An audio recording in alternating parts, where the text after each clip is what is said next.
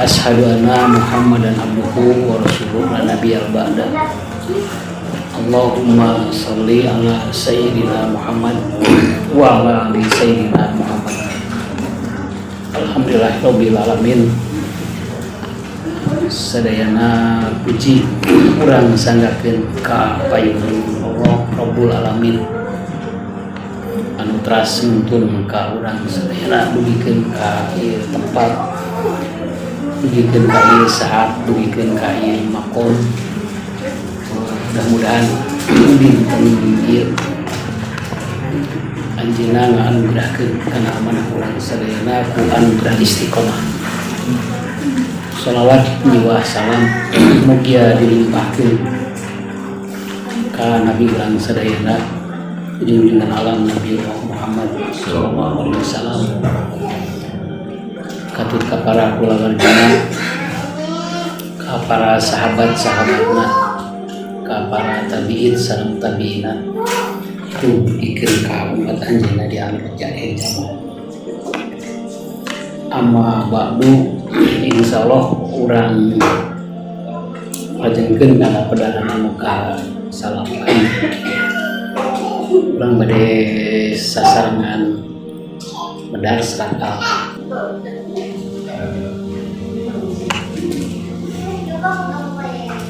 Kenapa Al-Kahfi ditempatkan di pembahasan kita yang terakhir? Karena dari 8 kali pertemuan, dari 8 pembahasan yang sudah kita lalui bersama, sebetulnya diperuntukkan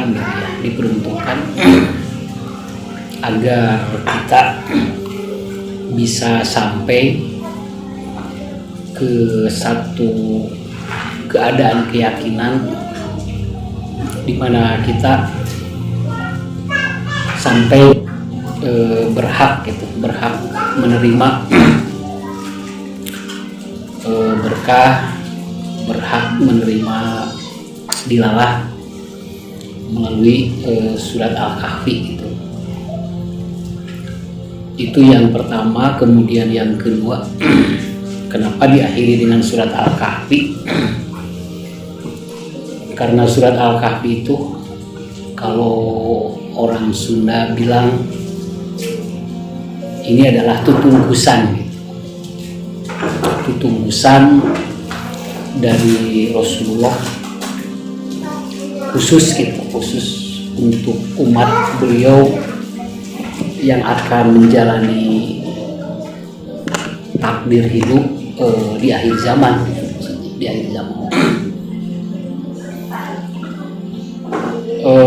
Hal itu mengerucut ke dalam salah satu hadis di mana Rasulullah pernah bersabda, barang siapa yang di antara umat beliau yang hafal 10 ayat awal di satu hadis, 10 ayat akhir di hadis yang lain,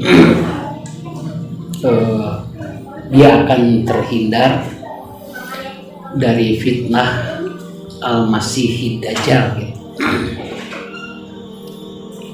10 ayat awal atau 10 ayat akhir kata Rasul.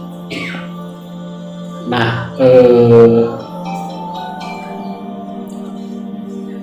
maksudnya ini khusus untuk umat beliau di akhir zaman, karena tidak ada satu nabi pun yang dalam takdirnya menghadapi ujian Al-Masih Dajjal.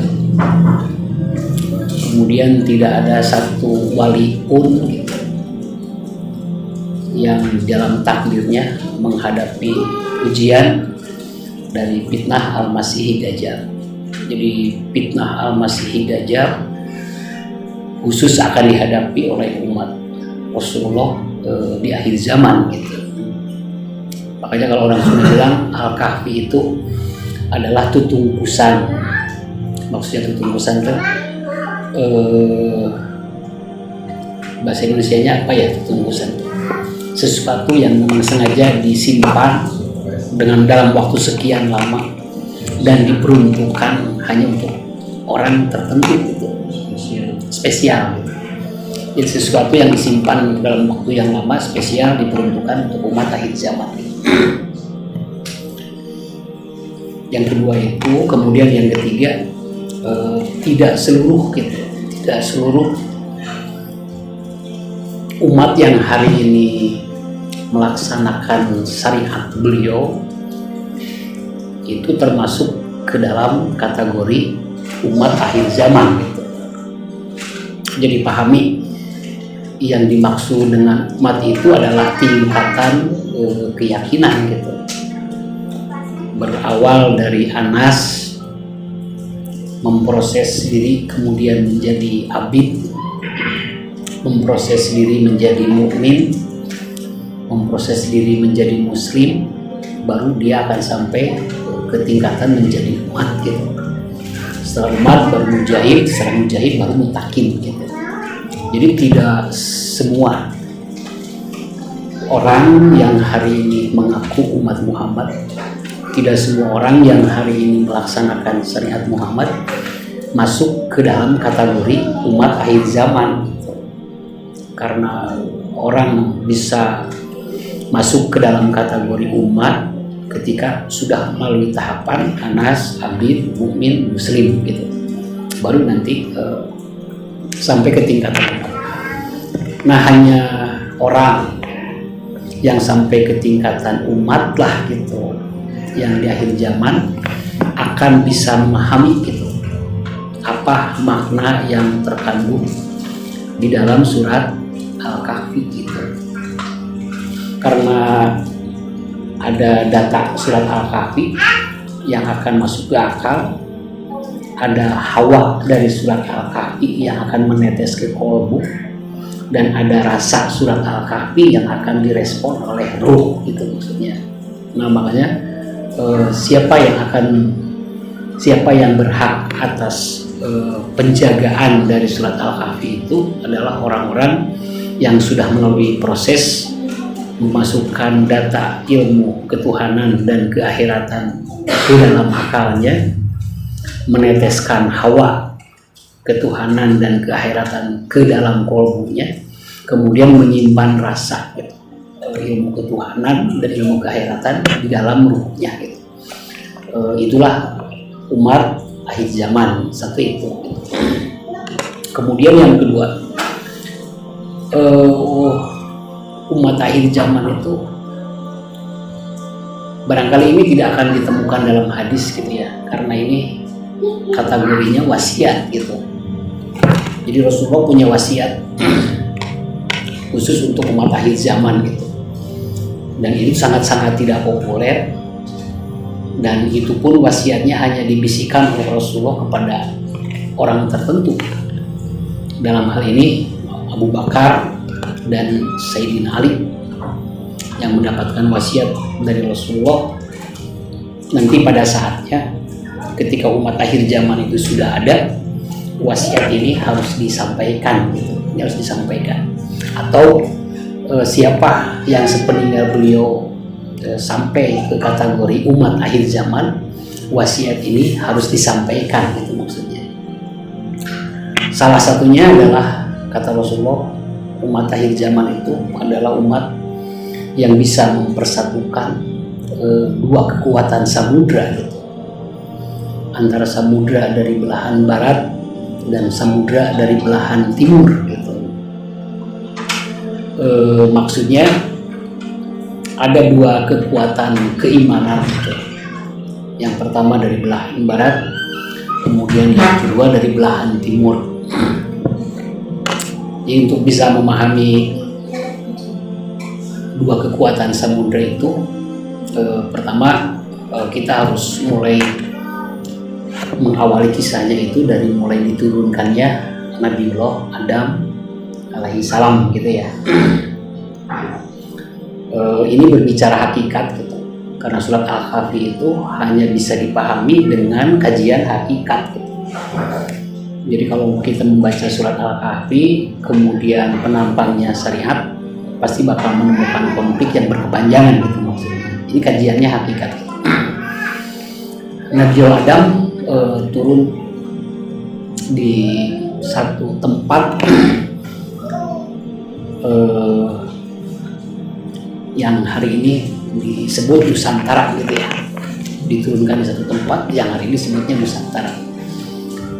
Satu itu, kemudian dalam sejarahnya diceritakan gitu ya, ketika sudah dipersatukan dengan Siti Hawa berketurunan, setiap melahirkan anak selalu kembar, pasangan laki-laki dan perempuan gitu.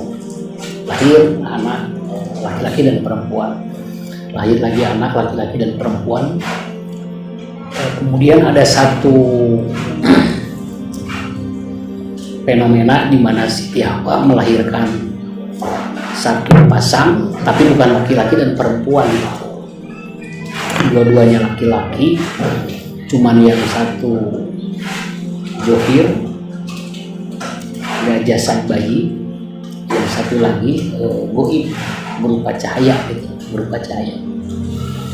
Nah, ketika lahir pasangan goib dan johir itu, Nabiullah Adam pernah berdoa minta supaya dari dua anaknya yang berpasangan johir dan goib ini, meminta agar Allah menganugerahi kekuasaan yang besar gitu. Doa itu meminta kekuasaan yang besar. Bagi yang johir diberi nama Said Anwas gitu ya. Kemudian yang goib yang berupa cahaya itu diberi nama Said Anwar gitu, Said Anwar. Kemudian terjadi keturunan gitu ya, terjadi persilangan, ada kalanya yang goib menikah dengan yang goib, ada kalanya yang goib menikah dengan yang johir, ada kalanya yang johir menikah dengan yang johir gitu. Sehingga keturunannya pun ada yang johir, ada yang semi johir, ada yang goib gitu maksudnya. Nah, kisahnya itu berawal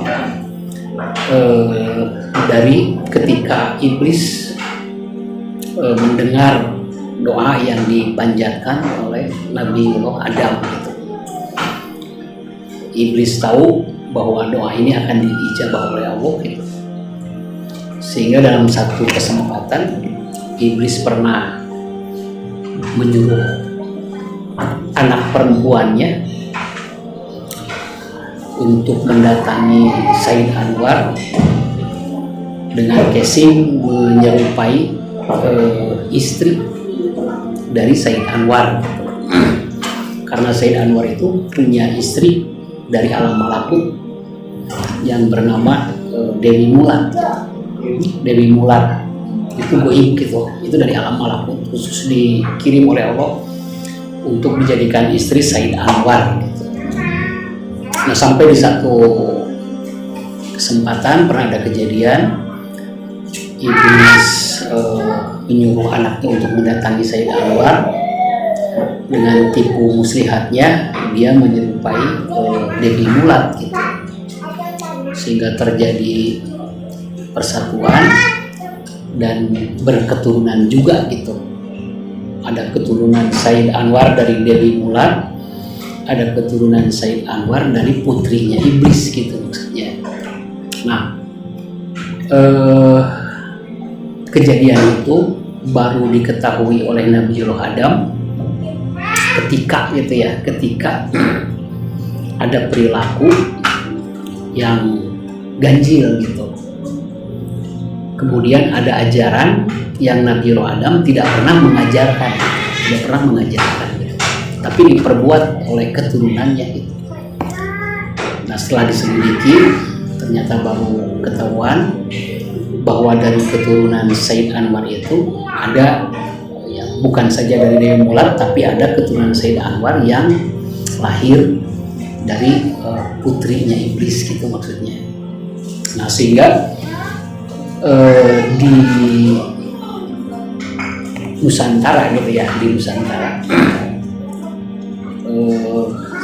kisah-kisah ketuhanan itu dihiasi, diwarnai dengan kisah-kisah kesaktian gitu, kisah-kisah kesaktian.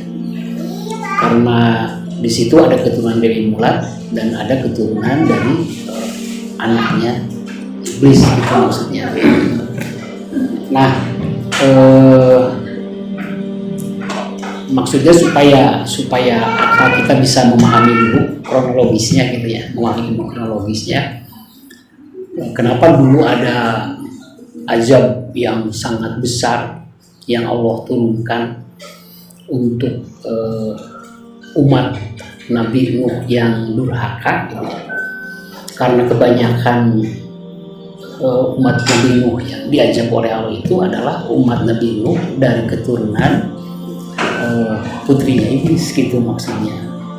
Nah makanya kenapa ditentukan satu bahtera itu sengaja untuk mengangkut keturunan-keturunan Said Anwas gitu ya, dan Said Anwar yang johir gitu, yang johir. Nah makanya keturunan-keturunan Said Anwar dan Said Anwas yang johir itu dinaik-naikkan ke bahtera, karena kalau yang goimah tidak perlu dipikirkan itu maksudnya.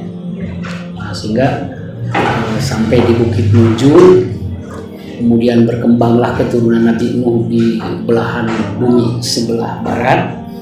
Kemudian ada persatuan darah dari Said Anwar dan Said Anwas, itu munculnya sosok Brahma gitu ya, itu Nabiullah Ibrahim gitu. Nah dari situ mulai ada keturunan Said Anwar dan Said Anwas dari belahan dunia sebelah barat gitu maksudnya. Nah makanya kalau keturunan-keturunan dari sebelah barat itu ciri khasnya ibadah gitu. Tapi kalau yang tersisa di sebelah timur selain ibadah itu dihiasi juga dengan kisah-kisah, bisa terbang, bisa menghilang gitu. Karena keturunan Said Anwar itu ciri khasnya kalau sudah bisa sampai mulih ka jati, mulang ka asal, jasadnya bisa dihilangkan gitu. Tapi kalau keturunan bukan dari situ mah nggak bisa gitu maksudnya. Nah makanya kalau di Tatar Sunda populer ada kisah Prabu Siliwangi gitu ya. Ketika dia sudah sampai bisa mulih ka jati, dipahami betul keadaan akalnya, dipahami betul isi hatinya, dipahami betul perasaan yang ada di ruhiyahnya gitu. Itu mulih ka jati sampai akhirnya ketemu dengan Allah dengan sifat kalam, dengan sifat sami'an basiron gitu ya. Itu jadi mulang ka asal. Akhirnya jasadnya bisa dihilangkan. Supaya akal kita bisa memahami secara kronologis kenapa ada perbedaan tauhid dari sebelah timur dan dari sebelah barat gitu. Karena kisahnya kurang lebih seperti itu. Secara hakikiah kisahnya seperti itu. Nah ini jadi prolog gitu ya. Ini jadi prolog dari pembahasan surat Al-Kahfi gitu. Biar nanti kita nggak bingung ketika mulai membaca surat Al-Kahfi, pahami bahwa dasarnya itu adalah seperti itu gitu. Karena nanti akan dipersatukan dua kekuatan dari samudra sebelah barat dan dari samudra sebelah timur. Karena nanti di surat Al-Kahfi kita akan menemukan ayat ketika Nabi Musa bertemu dengan Nabiullah Khidir, itu tempatnya di pertemuan dua samudra gitu. Maksudnya di pertemuan dari samudra itu gitu maksudnya. Karena di situ ada sosok yang bisa memahami gitu tauhid dari belahan sebelah timur dan tauhid dari belahan sebelah barat. Itu satu. Jadi kalau orang yang masih memahami bahwa agama Allah itu banyak, itu nggak bakal dapat hikmah dari surat Al-Kahfi. hanya orang-orang yang memahami bahwa agama Allah itu satu gitu, baru bisa mendapatkan berkah dari surat Al-Kahfi gitu. Makanya kalau yang masih ribut bid'ah, yang masih ribut khurafat gitu ya, itu sudah susah gitu. Karena kajian Al-Kahfi goib, bukan johir gitu. Kajian Al-Kahfi itu goib gitu. Satu itu. Kemudian yang kedua, kata Rasulullah, umat akhir zaman itu umat yang di kiri dan kanannya dianugerahi tongkat gitu. Jadi maksudnya begini, dalam diri manusia itu ada sisi penghambaan, ada sisi kehilafahan gitu. Perannya menghamba, fungsinya menjadi khalifah. Menghamba dalam arti wa ma khalaqtul jinna wal insa illa liya'budun gitu. Itu peran penghambaan. Tapi di sisi lain ada fungsi kehilafahan. Bagi sekolah rabbuka lil malaikati inni jailun fil ardi khalifah gitu. Jadi penghambaan bisa berjalan sampai ke tempat terdekat kepada Allah secara kehilafahan, berhasil mewujudkan kekuasaan Allah di muka bumi gitu. Nah dulu di zaman Rasulullah dua sisi itu semuanya berjalan gitu. Ada peran penghambaannya berjalan sampai Mi'raj, ada fungsi kehilafahannya sampai berdiri negeri Madinah gitu. Kemudian diteruskan dengan Abu Bakar berjalan, sistem pemerintahan yang didudukan oleh Rasulullah, kemudian ganti Umar, ganti Utsman. Nah terakhir sistem kehilafahan itu ada di zaman Sayyidina Ali gitu. Itu terakhir gitu, terakhir. Karena menurut sejarah Sayyidina Ali dibunuh, kemudian penerusnya Hasan dan Husain mengalami nasib tragis di padang Karbala karena harus berhadapan dengan sosok keturunan dari Abu Sufyan yang bernama Yazid bin Muawiyah itu. Dia mengakui, dalam sejarah dikatakan Yazid bin Muawiyah pernah mengatakan, sayalah raja pertama setelah zaman kehilafahan gitu. Jadi pahami bahwa pola yang Allah ajarkan itu ada kerasukan, ada kehilafahan gitu ya. Maksudnya siapapun orang yang tinggal di negeri itu dijamin selamat asal mentaati aturan yang ada, itu dijamin selamat masuk surga gitu. Makanya negeri itu digelari baldatun thayyibatun wa rabbun ghafur gitu. Karena di negeri Madinah dan di kehilafahan yang dijalankan oleh para khulafaur rasyidin tidak memberikan ruang untuk orang berbuat maksiat kepada Allah gitu maksudnya. Nah, sistem pemerintahan yang seperti itu habis di zaman Sayyidina Ali. Kenapa? Karena Yazid itu bukan sahabat Rasulullah gitu. Yazid itu bukan ulama, dia ahli politik. Kemudian dia berhasil membunuh Husain, kemudian dia sampai ke puncak kepemimpinan di Mekah pada waktu itu. Dan dia mengakui dia bukan khalifah, tapi dia raja gitu. Nah, berhubung umat pada waktu itu mayoritas adalah sahabat-sahabat utama Rasul, mayoritas adalah sahabat-sahabat para khalifah gitu, sehingga dengan kemampuan politiknya Yazid bin Muawiyah membuat satu majelis syuro yang diisi oleh sahabat-sahabat Rasul, sehingga untuk urusan-urusan peribadahan yang menjawabnya syuro itu. Adapun untuk urusan pemerintahan dia yang memutuskan. Nah semenjak itulah ada istilah ulama dan umaro. Kalau zaman Rasulullah ulama dan Rasulullah pun umaro. Abu Bakar ulama dan Abu Bakar pun umaro gitu. Dan sampai Sayyidina Ali itu ulama dan umaro. Nah semenjak ada Yazid bin Muawiyah jadi terpisah gitu. Ada ulama, ada umaro, itu maksudnya sampai hari ini gitu, sampai hari ini. Nah kata Rasulullah, umat akhir zaman itu adalah umat yang mewarisi dua tongkat gitu. Jadi harus mengembalikan ke pos awal bahwa dalam setiap diri manusia itu ada sisi ulamanya sebagai hamba, ada sisi umarahnya sebagai khalifah gitu. Jadi kalau orang masih membeda-bedakan urusan dunia dan urusan agama, itu dipastikan tidak akan berhak atas hikmah dari surat Al-Kahfi gitu. Itu dipastikan nggak bakal dapat hikmah dari surat Al-Kahfi. Dan banyak lagi sebetulnya yang dikategorikan umat akhir zaman dari wasiat Rasulullah gitu ya, masih banyak lagi. Nah, masuk ke pembahasan surat Al-Kahfi itu menarik, diawali dengan kalimat alhamdulillah gitu ya. Alhamdulillahilladzi anzala 'alal 'abdihil kitab gitu. Segala puji bagi Allah yang sudah menurunkan kepada hambanya kitab gitu. Bukan kepada Rasulnya, kepada hambanya gitu. Cuman kalau terus kitabnya bukan Quran gitu ya. Cuman kalau dalam terjemahan dalam kurung Quran gitu. Cuman kalau secara otentiknya sebetulnya Allah tidak mengatakan Quran. Nanti di ayat ke-100 berapa baru ada kata Quran gitu. Kalau di ayat pertama diawali dengan kalimat alhamdulillahilladzi anzala 'ala 'abdihil kitab gitu, yang telah menurunkan kepada hambanya kitab. Apa itu kitab? Kitab itu pedoman.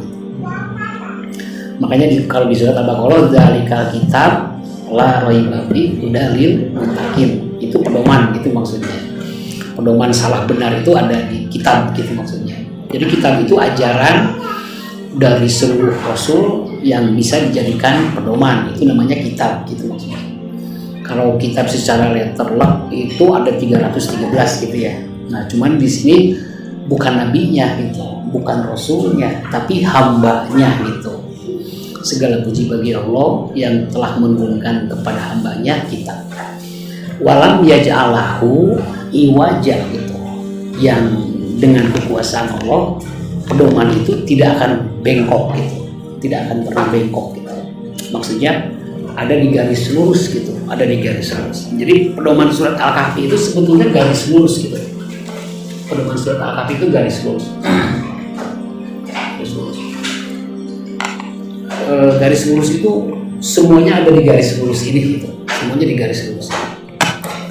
Contoh, orang bakal mendapatkan hikmah dari surat Al-Kahfi ketika dia dari mulai ingat sampai hari ini seluruh takdir. Jadi kan misalnya kitanya di sini gitu, kitanya di sini. Start awalnya di sini, nanti berakhirnya di sini. Ini berakhirnya di sini. Orang akan mendapatkan hikmah dari surat Al-Kahfi ketika sudah berhasil meluruskan takdir yang telah dilaluinya dan takdir yang akan dilaluinya, itu maksudnya. Jadi maksudnya begini,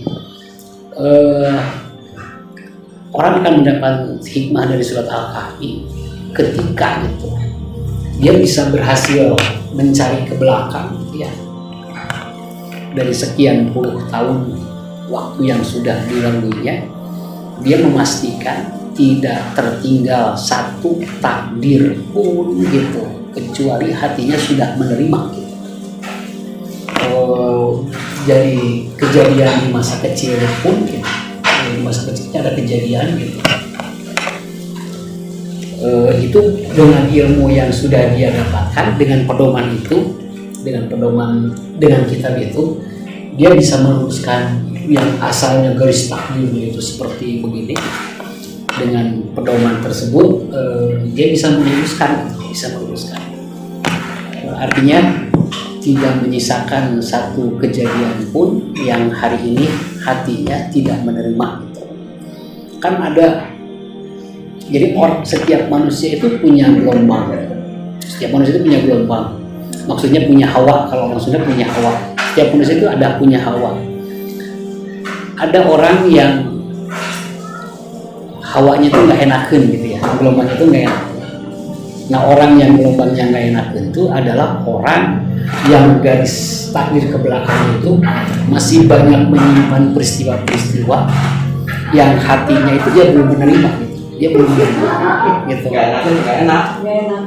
Bahasa Sunda pakai nggak enak. Enakan. Nah makanya ketika kan ada kejadian, misalnya kejadiannya waktu kita masih kecil gitu ya, kita melihat sesuatu ketika usia kita masih kecil, kemudian kita trauma gitu ya, kita trauma dengan kejadian itu.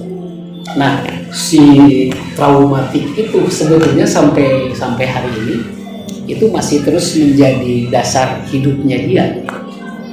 Nah dengan pedoman yang dia dapat, yaitu pedoman tentang ketuhanan dan keakhiratan, dia bisa flashback ke belakang gitu ya, dia bisa flashback ke belakang dengan petunjuk Allah. Nanti Allah tunjukin di titik-titik takdir mana saja yang hatinya itu belum bisa menerima gitu, sampai akhirnya diriadohin sampai akhirnya garis ini menjadi lurus gitu, semuanya itu bisa diterima.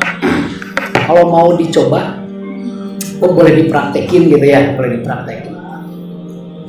Kita sholat hajat, kita berdoa untuk kepentingan ini, kemudian kita duduk, kemudian tangan kanan dipangku oleh tangan kiri gitu ya, gini. Kemudian akal kita flashback ke belakang. Dengan satu doa kita minta ditunjukkan takdir mana saja yang secara tidak sadar ataupun yang secara sadar hati kita belum bisa menerima takdir itu gitu maksudnya. Nanti biasanya ijabahnya Allah tunjukkan gitu. Nanti Allah tunjukkan takdir mana saja yang sampai hari ini belum diterima gitu. Nah makanya ketika orang sudah bisa meluruskan garis takdir ke belakang gitu ya, gelombangnya mulai enak. Ini orang gelombangnya enak banget ya gitu. Berarti dari sekian puluh tahun hidup yang pernah dia lalui tidak menyisakan keburukan gitu, tidak menyisakan satu. Dirasakan orang bisa dirasakan kan kita suka ini ya, kayak refleksi. Gitu. Ada orang yang enakin, ada orang yang gak enakin gitu ya. Nah itu sebetulnya pengaruhnya itu dari sini gitu, dari sini. Nah adapun garis ke depan, kita sudah punya pedoman riyadoh ya. Kita sudah punya pedoman riyadoh. Ketika takdirnya di sini, dengan riyadoh kita ajak ke sini. Ketika takdirnya di sini, kita riyadohin sampai ke sini. Nah sehingga iwajah gitu, tidak akan pernah bengkok gitu. Kemudian 313 risalah pun iwajah gitu ya, tidak bengkok. Dari mulai risalah Nabi Nuh sampai risalah Nabi Muhammad, kita sudah paham bahwa 313 risalah itu fungsinya sama, yaitu untuk menjaga kefitrahan manusia gitu. Kemudian jasad, akal, nafsu, ruh sampai nyawa di garis lurus juga gitu maksudnya. Tidak ada yang terpisah gitu. Ternyata itu ada dalam satu garis lurus gitu maksudnya. Kemudian prinsipnya garis lurus lah, siratal mustaqim gitu. Prinsipnya garis lurus. Walam yaj'alahu iwaja gitu. Nah dengan pedoman itu jaminannya tidak akan pernah bengkok gitu. Jaminannya tidak pernah bengkok gitu. Satu itu gitu. Kemudian yang kedua, kronologis dari surat Al-Kahfi gitu. Kan kronologisnya tuh begini. Rasulullah didatangi oleh orang musyrikin Quraisy gitu. Datangnya orang musyrikin Quraisy ini diorder oleh orang-orang Yahudi gitu ya. Kalau benar orang itu nabi, kalau benar orang itu rasul, artinya yang diutus oleh Allah, coba kamu tanya ke orang itu. Satu, tentang 7 pemuda Al-Kahfi. Kemudian yang kedua, coba tanya ke orang itu tentang kisah Zulkarnain. Yang ketiga, coba tanya ke orang itu tentang ruh gitu, tentang ruh. Akhirnya orang musyrikin Quraisy itu datang kepada Rasulullah, kemudian bertanya gitu tentang 3 perkara itu. Kata Rasulullah, insya Allah besok saya jawab gitu. Insya Allah besok saya terangin gitu. Karena Rasulullah yakin nanti malam Allah akan ngasih tahu dengan cara mengutus Jibril membawa wahyu tentang pertanyaan orang-orang musyrikin Quraisy itu gitu maksudnya. Sehari Jibril tidak datang gitu. Seminggu Jibril belum datang juga gitu maksudnya. Rasulullah mulai gelisah gitu. Jibril baru datang di kalau nggak salah di 2 minggu gitu. Di 2 minggu setelah orang itu bertanya, Jibril baru datang. Nah makanya nanti kalau kita baca surat Al-Kahfi ada ayat yang bunyinya hampir saja kamu putus asa gitu. Hampir saja kamu putus asa dengan kesabaran kamu menunggu jawaban karena kekhawatiran Rasulullah. Jangan-jangan nanti ajaran dari Allah ditolak oleh orang-orang Quraisy hanya dengan sebab itu maksudnya. Rasulullah sampai gelisah, Rasulullah sampai khawatir. Makanya Rasulullah ditegur, lain kali kalau kamu menjanjikan sesuatu awali dengan insya Allah gitu. Nah pada waktu itu Rasulullah bilang besok dijawab gitu maksudnya. Nah, tiba-tiba Jibril nggak datang. Nah 2 minggu Jibril datang dan membawa surat Al-Kahfi gitu. Nah surat Al-Kahfi ini oleh Rasulullah dijadikan tutup pesan untuk umat beliau di akhir zaman karena isinya tuh sebetulnya tentang kunci-kunci rahasia bagaimana tetap bisa bertemu dengan Allah di akhir zaman. Kemudian ada kunci-kunci rahasia bagaimana solusi menghadapi kemelut akhir zaman gitu. Itu semuanya Allah simpan di surat Al-Kahfi. Makanya dijadikan tutup-tutupan Rasulullah untuk kita semua. Yang pertama surat Al-Kahfi dijadikan tutup-tutupan buat kita supaya kita terhindar dari fitnah Al-Masih Dajjal gitu ya. Nah makanya tidak bisa tidak kita harus membahas dulu apa itu Al-Masih Dajjal. Kita harus tahu dulu itu gitu. Karena ini mengerucut kepada sosok gitu. Kepada sosok yang akan mengaku Al-Masih padahal dia Dajjal gitu maksudnya. Rasulullah pernah bilang bahwa nanti ketika Dajjal akan dikeluarkan oleh Allah itu masanya itu ada 40 hari kata Rasulullah. Di mana 10 hari pertama itu adalah ketika 1 hari di alam kita sama dengan 1 tahun di alamnya gitu. Kemudian yang kedua 10 hari kedua ketika 1 hari di alam kita sama dengan 1 bulan di alamnya gitu. 10 hari yang ketiga ketika 1 hari di alam kita sama dengan 1 minggu di alamnya. Sampai yang terakhir ketika 1 hari di alam kita sama dengan 1 hari di alamnya gitu. Jadi asalnya goib kan dimensi johir sama goib itu seperti itu. Kalau 1 hari di kita di alam bangsa jin sama dengan 1 tahun gitu. Bangsa jin dia panggil masuk ke alam manusia, kemudian diajak ngobrol, diajak kerja 1 jam itu bisa hitungan berhari-hari kata dia gitu maksudnya. Nah nanti Dajjal itu seperti itu, asalnya goib, ketika ukurannya itu 1 hari sama dengan 1 tahun, kemudian mendekat, kan dipenjara di sijil dengan kekafiran di permukaan, dia terus mendekat 1 hari dengan 1 bulan, 1 hari 1 minggu, sampai akhirnya keluar. Disitulah kata Rasulullah 1 hari di alam kita sama dengan 1 harinya dia gitu. Berarti iblis itu keluar dan ngancik di hati manusia yang disebut dengan Dajjal gitu. Nah Dajjal ini berawal dari blundernya pemahaman orang Yahudi gitu ya, orang Bani Israel. Di kitab Taurat itu tertulis di kitab Taurat bahwa Allah menjanjikan kepada Nabi Musa bahwa nanti akan ada nabi akhir zaman kata Allah yang diamanahi oleh Allah untuk mengembalikan kejayaan Bani Israel gitu. Ditulis di Taurat gitu. Dan Allah berfirman kepada Nabi Musa, firman-Nya seperti itu. Nanti akan aku utus Nabi akhir zaman yang membawa amanah dariku, yaitu menjayakan kembali Bani Israel. Karena Bani Israel terus-menerus terpuruk gitu. Terus-menerus terpuruk. Nah, sampai akhirnya lahirlah Nabi Isa gitu ya. Lahirlah Nabi Isa gitu. Nabi Isa alaihissalam lahir pas Bani Israel pada waktu itu sedang ada di bawah penjajahan Romawi. Ada di bawah penjajahan Romawi, Nabi Isa lahir gitu.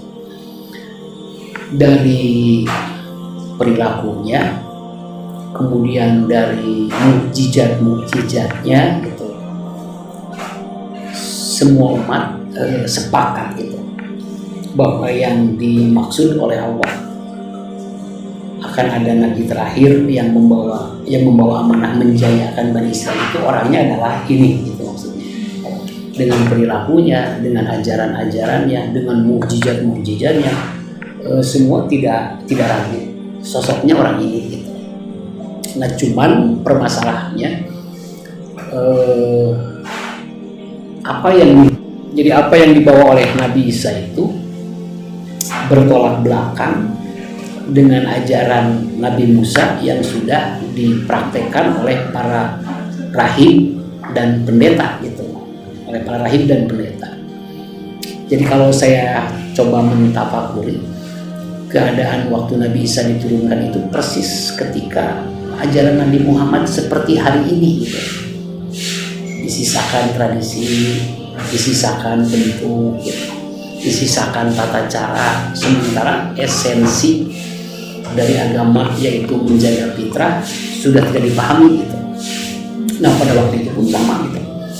Kitab Taurat yang menjadi pedoman para rahib dan pendeta dalam prakteknya itu hanya tersisa bentuknya saja, hanya tersisa tata caranya saja gitu. Hanya berbentuk kegiatan-kegiatan ibadahnya saja. Sementara esensi agama yang harus bisa menjaga kefitrahan manusia itu sudah sangat jauh. Nah, sehingga keberadaan Nabi Isa dengan para rahib dan pendeta itu akhirnya bentrok. Di satu sisi ajaran Nabi Isa itu tidak bisa dibantah gitu. Benar adanya seperti itu. Di sisi lain mengancam periuk nasib rahib dan pendeta gitu. Yang pernah saya terangkan dulu di pertemuan yang kelima gitu ya. Dulu atau di grup ini atau di grup mana lupa lagi. Dulu ada bangku di depan kuil. Jadi ketika orang itu mau sodako dengan uang Romawi, rahib dan pendeta nggak mau nerima. Katanya nanti Allah nggak bakal nerima karena ini uangnya orang kafir. Ini harus ditukar dulu dengan uang kuil. Nah, uang kuil itu dia yang bikin gitu. Jadi dengan mengurus agama di waktu itu sangat-sangat menguntungkan. Sama seperti hari ini gitu. Banyak orang yang mencari nafkah lewat jalur agama gitu.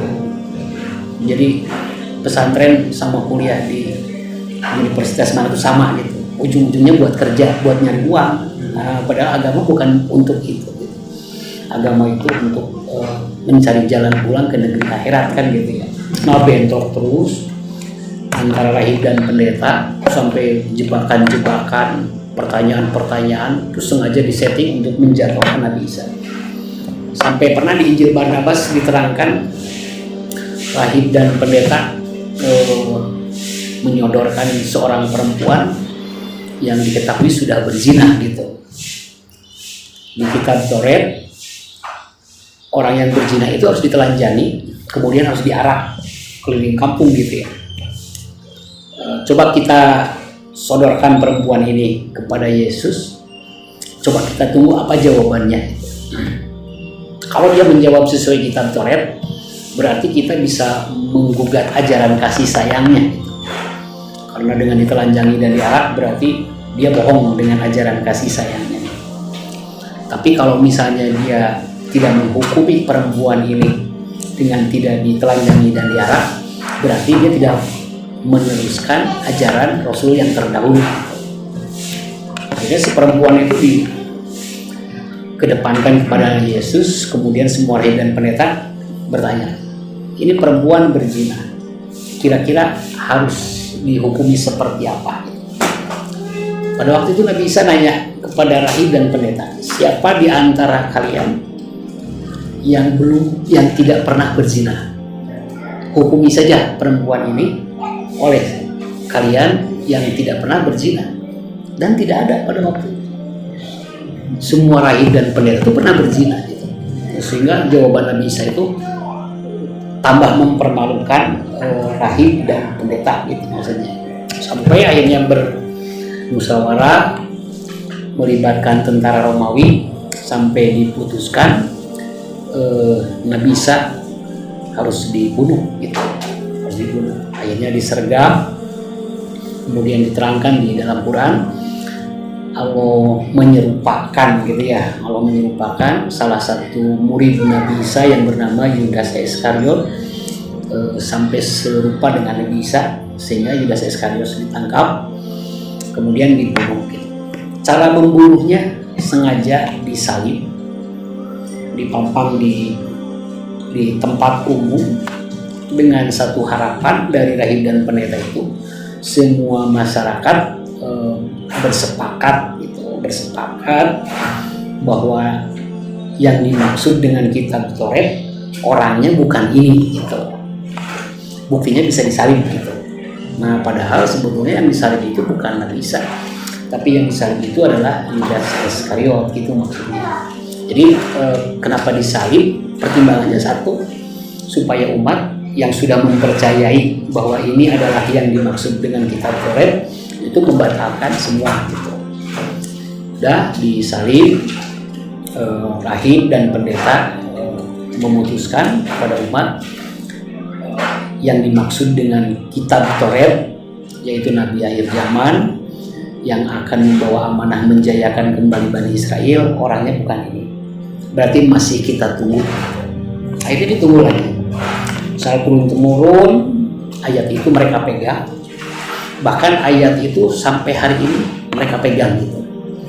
Bahwa nanti Allah akan mengutus Nabi akhir zaman yang membawa amanah menjayakan kembali Bani Israel gitu. 600 tahun kemudian, 600 tahun setelah Nabi Isa disalib, lahirlah Rasulullah gitu. Lahirlah Rasulullah. Perilaku Rasulullah, mukjizat Rasulullah sampai juga ke telinga rahib dan pendeta Yahudi gitu.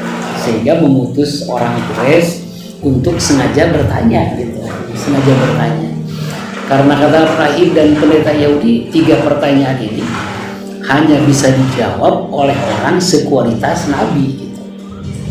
Kalau dia bukan Nabi, nggak mungkin bisa menjawab 3 pertanyaan ini. Karena 3 pertanyaan ini semuanya goib gitu. Siapa itu 7 pemuda Kahfi? Siapa itu Zulkarnain? Dan apa dan bagaimana itu ruh gitu. Nah, akhirnya setelah Rasulullah didatangi oleh malaikat Jibril, Rasulullah dikasih surat Al-Kahfi, makanya Rasulullah terangkan sesungguhnya isi dari surat Al-Kahfi. Rahib dan pendeta sebetulnya sudah yakin, berarti ini yang dijanjikan oleh kitab Taurat gitu. Akhirnya mereka mendekat ke negeri Madinah, mereka mencoba mempelajari silsilah Rasulullah gitu. Silsilah Rasulullah dicari, kemudian diketahui secara genealogi Rasulullah tersambung dengan Nabiullah Ismail. Hanya dengan alasan itu mereka tak mau menerima, karena kata mereka harus keturunan Ishak gitu. Karena Nabi Isa keturunannya dari situ gitu, dan mereka pun keturunannya dari situ. Hanya gara-gara Rasulullah itu secara genealogi tersambung dengan Nabi Ismail, mereka tidak mau menerima kerasulan Muhammad gitu. Akhirnya dicoret dan mereka menyatakan kepada umat, kita tunggu lagi gitu. Kita tunggu lagi. Padahal Rasulullah itu sudah melaksanakan amanah dan perintah dari Allah yang disesuaikan dengan kitab Taurat. Karena kitab Taurat mengatakan nanti Nabi akhir zaman itu akan datang dari Yerusalem gitu. Makanya ketika Muhammad Nabiullah diangkat menjadi Rasul, mulai mendapatkan perintah melaksanakan syariat sholat, kiblatnya itu ke Yerusalem. Kiblatnya ke Yerusalem gitu. Sebetulnya dengan kiblat ke Yerusalem, seharusnya orang-orang Yahudi tahu ini yang dimaksud oleh Allah, Nabi akhir zaman yang akan membawa amanah menjayakan kembali Bani Israel. Tapi karena keturunannya berbeda, bukan dari Ishak, sampai mereka nggak mau menerima kerasulan Muhammad gitu maksudnya. Makanya setelah orang Yahudi tidak mau menerima kerasulan Muhammad, Allah menyuruh Rasulullah berpindah kiblat. Makanya mulailah kiblatnya itu menjadi ke Ka'bah gitu. Nah sebelum kiblat kita Ka'bah, sebetulnya awalnya kiblatnya ke Baitul Maqdis dulu gitu, ke Yerusalem dulu gitu. Nah itu alasannya kenapa sampai hari ini orang Yahudi ngotot mempertahankan Yerusalem gitu. Karena menurut dia mempertahankan Yerusalem itu sama dengan melaksanakan perintah Tuhan gitu.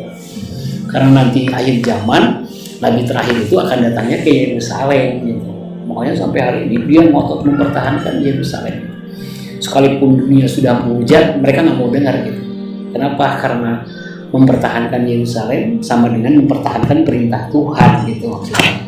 Nah, kengacauan berpikir orang Yahudi ini itu yang dimanfaatkan oleh iblis gitu, dimanfaatkan oleh iblis. Makanya mulailah kontak dimensi goib dengan dimensi johir gitu. Akhirnya ada rutin kontak dimensi johir dengan dimensi goib, yaitu dimensi johir dari pemikiran orang-orang Yahudi dengan dimensi goib dari iblis gitu. Nah makanya untuk mengembalikan kejayaan Bani Israel, mulailah step-stepnya diatur gitu. Gitu. Yang pertama harus menaklukkan dulu, menguasai dulu dunia gitu kan. Cara menguasai dunia yaitu menguasai ekonomi. Cara menguasai ekonomi adalah menguasai uang gitu.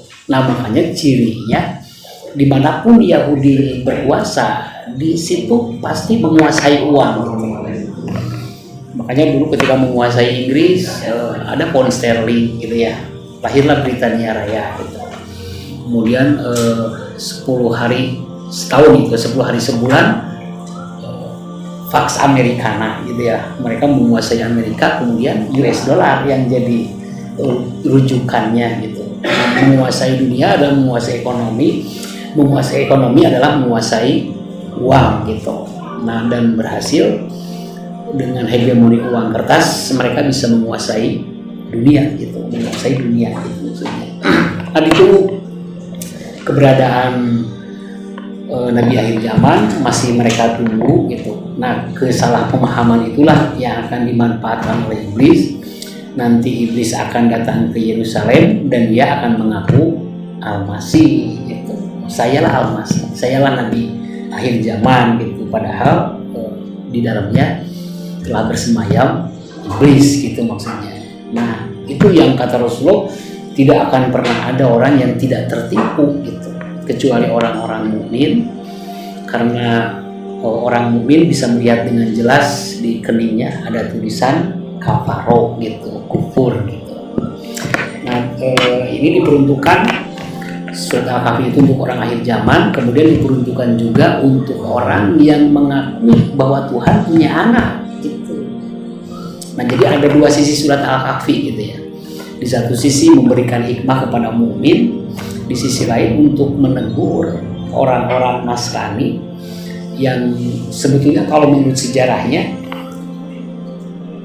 pemahaman Trinitas itu dipaksakan gitu, bahkan dengan senjata gitu ya, supaya umat itu bisa menerima konsep Trinitas dulu dengan senjata gitu.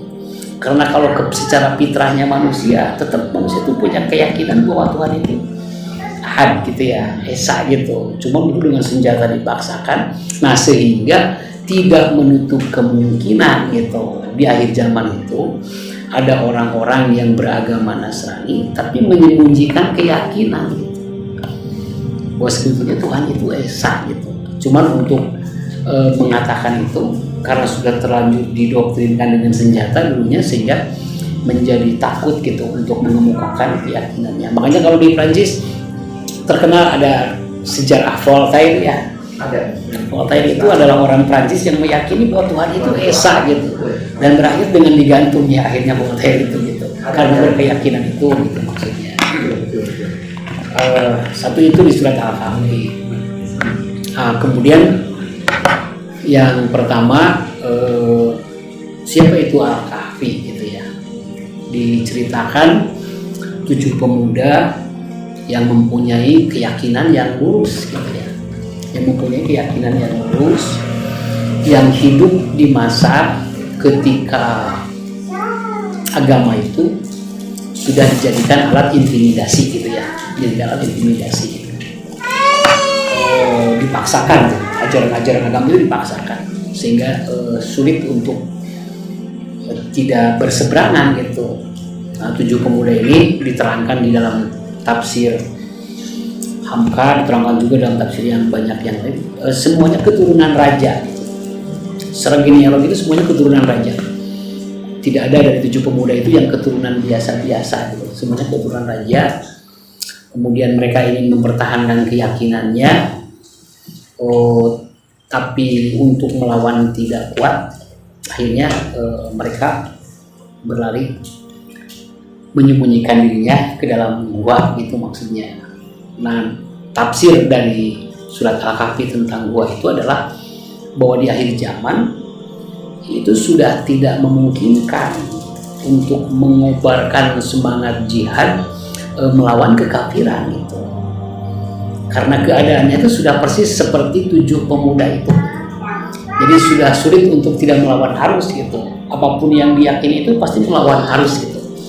Sehingga Allah mencontohkan yang benarnya itu bukan memerangi kekafiran, tapi yang sikap yang harus diambil itu adalah menyelamatkan keimanan gitu. Jadi mereka bersembunyi di dalam gua gitu. 7 pemuda punya rakim. 7 pemuda punya rakim. Kalau di pergeseran dari kata rakim bahasa Arab itu ke bahasa Indonesia itu rekam. Itu rakim, rekam. Jadi mereka punya pedoman gitu. Mereka punya ajaran dari leluhurnya yang ketika mereka pelajari, mereka pahami, itu sudah bertolak belakang dengan keadaan beragama di zamannya mereka gitu. Makanya pertama pengertian rakim itu mereka punya pedoman, kemudian pengertian rakim kedua itu mereka menulis kisahnya di pahat di atas batu gitu. Sehingga sampai hari ini pun konon kabarnya untuk orang-orang tertentu yang berkunjung ke guhanya pemuda Al-Kahfi, di depannya itu ada pahatan dari batu yang mengisahkan tentang mereka gitu, tentang mereka. Mereka akhirnya bertemu dengan Khawariqul Adat dengan memperjuangkan keyakinannya. Akhirnya mereka bertemu dengan Tuhan. Di antaranya mereka mengalami Khawariqul Adat, yaitu ditundukkan selama 309 tahun. Nah ini pun hakikat gitu kajiannya. Kenapa harus 300 tahun ditambah 9 tahun? Nah ini hanya oleh orang-orang tertentu yang sudah sampai ke alamat hakikat bisa memahami apa itu 300 tahun ditambah dengan 9 tahun. Kenapa tidak dibilangkan aja 309 tahun gitu? Kenapa Allah harus mengkomunikasikannya dengan cara 300 tahun ditambah dengan 9 tahun gitu maksudnya? Ditundukkan. Setelah 309 tahun mereka terbangun, mereka lapar. Kemudian salah satu dari pemuda itu teringat punya uang koin di dalam saku celana, dalam saku bajunya gitu. Ini bukan uraian cerita gitu ya. Ini Allah sedang menerangkan petunjuk untuk dijadikan solusi di akhir zaman gitu. Mereka punya uang perak, kemudian kata pemuda yang lain coba diberikan makanan yang bagus-bagus. Kemudian yang kedua, jangan ada konflik, berlemah lembutlah kamu nanti di pasar. Yang ketiga, jangan pernah dikasih tahu kita ada di sini gitu. Jangan mereka kasih tahu kita ada di sini. Karena dulu mereka bersembunyi gitu ya. Mereka bersembunyi karena yang tidak menerima ajaran pemerintahan pada waktu itu dihukum. Persis seperti hari ini gitu. Dihukum ketika tidak seberapa itu dihukum gitu maksudnya. Nah waktu itu pemuda itu juga begitu, sehingga kata mereka yang ketiga, jangan pernah dikasih tahu kita ada di sini gitu.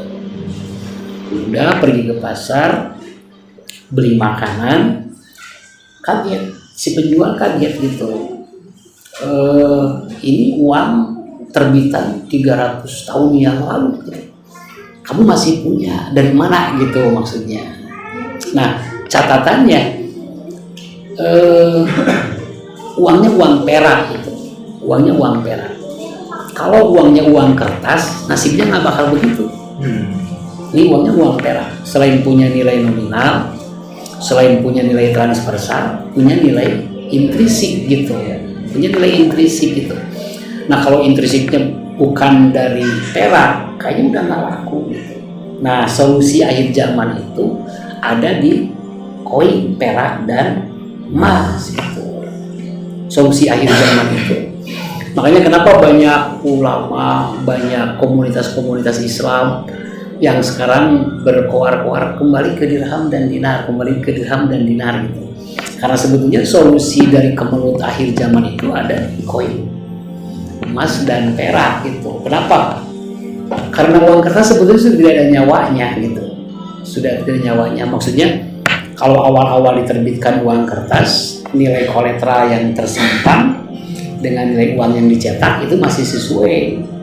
Kalau hari ini sebetulnya nilai yang tercetak dengan nilai kolateral itu sudah sangat-sangat jauh gitu. Kemudian kolateral juga masih dijadikan perhitungan oleh World Bank untuk negara-negara selain negaranya gitu. Kan kalau negara-negara lain mencetak uang melebihi nilai kolateral jadi inflasi gitu. Sementara kalau negaranya enggak gitu. Seperti dulu siasat mereka minyak harus dibeli dengan US dollar gitu ya. Kan orang rame-rame nuker dolar. Mereka mudah mendikte negara mana yang harus mereka intervensi, yang mereka naikkan harga jual dolar atas nilai mata uang negara itu gitu. Sementara kalau dia mau beli minyak, modalnya cuma kertas, tinta, dan printer gitu. Mereka bebas mau mencetak berapa saja, tidak mengenal istilah inflasi gitu ya, gitu mereka. Nah makanya solusinya itu kembali ke uang yang punya nilai intrinsik gitu, yaitu emas dan perak.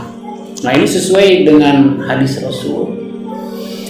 Dalam salah satu hadis yang tidak populer sebetulnya hadisnya, Rasul pernah mengatakan nanti akhir zaman Allah akan mengeluarkan emas dari perut bumi dengan jumlah yang berlimpah gitu. Itu ada hadisnya. Rasulullah bilang nanti akhir zaman Allah akan mengeluarkan emas dari perut bumi dengan jumlah yang berlimpah. Banyak ulama yang menunjuk gitu ya, yang menunjuk pemberlakuan hadis itu adalah Indonesia gitu. Kata ulama-ulama di banyak belahan dunia mengatakan hadis itu akan berlaku di Indonesia dengan dasar pemikiran karena Indonesia itu ada di ring of fire gitu, ada di lingkar emas pegunungan api aktif yang menjadi tanda bahwa kandungan mineral emasnya tinggi gitu maksudnya. Makanya banyak ulama yang bilang, oh berarti yang dimaksud itu Indonesia, oh berarti nanti Islam akhir zaman itu akan muncul dari Indonesia. Cuman semua analisanya johir gitu. Tidak goib. Padahal yang dimaksud oleh Rasulullah itu bukan johir loh, goib gitu. Bahwa nanti akhir zaman Allah akan mengeluarkan emas dari perut bumi dengan jumlah yang berlimpah gitu. Nah itu kajiannya bukan johir, goib gitu. Kalau kajian johirnya kita tahu Freeport ya, sudah sekian puluh tahun nggak habis-habis tuh emasnya gitu. Baru satu titik, belum di beberapa puluh titik yang lain. Cuman kalau misalnya tafsirannya harus johir, kan permodalannya juga harus besar dan perizinannya pun kayaknya tidak mudah. Nah sebetulnya yang dimaksud Rasulullah itu kajiannya itu goib gitu. Kajiannya itu goib. Maksudnya goib gini, ajaran Allah yang paling tua itu ajaran Sunda. yang dibawa oleh Nabi Nuh gitu. Sunda itu bukan suku bangsa, tapi Sunda itu ajaran. Makanya di peta dunia menyisakan istilah ada Sunda Land gitu ya, Sunda Land. Nah, sebetulnya Sunda Land itu bukan menunjukkan geografis, sebetulnya menunjukkan ajaran Sunda dulu penetrasinya sudah sejauh itu gitu maksudnya. Ada Sunda Land. Kalau di Nusantara masih disisakan dengan letak geografis Sunda Besar dan Sunda Kecil gitu ya. Sunda Kecil, Nusa Tenggara Barat, Nusa Tenggara Timur dan Bali. Kemudian Sunda Besar, Sumatera, Jawa, Kalimantan dan sebagainya itu Sunda Besar. Nah, awal masuk tentara Portugis gitu ya. Kan sebelum VOC itu Portugis dulu yang masuk. Sebetulnya sinyal dari Allah sudah dikasih tahu ke seluruh raja-raja Nusantara untuk menguburkan harta benda kerajaannya dengan cara ditilemkan. Kalau orang Sunda ditilemkan itu dikubur oleh tanah, dikubur oleh goib gitu. Bisa ditilemkan gitu. Ditilemkan itu bukan dikubur dengan tanah saja, tapi dikubur juga dengan goib gitu. Nah makanya dikubur, kenapa nggak pernah ada yang tahu? Karena selain dikubur dengan tanah, dikubur juga dengan goib. Maksudnya ada kunci goib tertentu yang harus dibuka dengan ajaran gitu maksudnya. Nah nanti itu yang sudah diperuntukkan oleh Allah sebagai pendanaan untuk tegaknya Islam di akhir zaman gitu. Sebetulnya di banyak titik di Indonesia itu banyak tersimpan gitu harta-harta kerajaan yang sengaja dikubur, yang diperuntukkan untuk tegaknya Islam akhir zaman gitu. Nanti di kajian diskon mamluk ada ya kemarin, ada diskon mansus, ada diskon majmum, ada diskon mamluk. Nah itu diskon mamluk gitu, statusnya itu diskon mamluk, rizki perkerajaan yang statusnya itu jadi hak waris keturunan genealoginya hari ini. Cuman posisi secara syariatnya jadi ghanimah karena yang akan mengerjakannya bangsa jin bukan manusia gitu. Nah itu sebetulnya karena waktunya mendekat sehingga orang-orang torikoh dalam tanda kutip ya, bukan torikoh yang seperti kajian kita kemarin, bukan torikoh yang ingin bertemu dengan Allah, bukan torikoh yang ingin memastikan pulang selamat ke alamat kembali, bukan toriko dalam arti ingin berdharma bakti, tapi toriko dalam arti goiban. Nah itu nangkep sinyal itu gitu, karena waktunya mendekat, nangkep sinyal itu sehingga banyak orang yang masuk aliran toriko dalam tanda kutip sebagian besar tergelincir ke mengejar harta karun karena sinyalnya mulai udah ketangkep, sudah mulai tertangkap karena waktunya sudah mulai mendekat, waktunya sudah mulai mendekat.